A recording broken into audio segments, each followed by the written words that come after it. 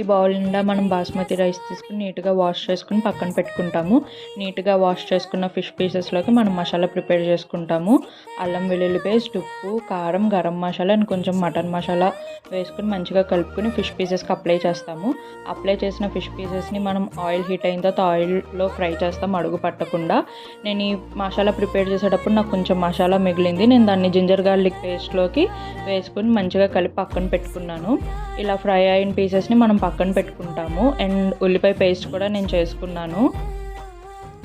ఇలా పక్కన పెట్టుకున్న తర్వాత ఈ పీసెస్ని ఉల్లిపాయ పేస్ట్ వేసి నీట్గా ఫ్రై అయిన తర్వాత నేను చెప్పాను కదా జింజర్ గార్లిక్ పేస్ట్లోకి ఆ ఫిష్ మసాలా వేసానని, అది ఫ్రై అయిన తర్వాత ఇలా పక్కకు పెట్టుకుని ఏ బౌల్తో అయితే నేను రైస్ నానబెట్టానో అదే బౌల్తో 2 times ఆఫ్ నేను వాటర్ వేసి బిర్యానీ స్పైసెస్ కొంచెం మరిగిన తర్వాత నేను నానబెట్టుకున్న బిర్యానీ రైస్ని వేసి కొంచెం ఇలా వచ్చిన తర్వాత నేను ఆ మసాలాని మళ్ళీ కలిపి ఫిష్ పీసెస్ అన్నీ పైన పెట్టాను. దాంతో ముక్క విడిపోకుండా ఉండిద్ది. అంతే friends, tasty fish biryani ready.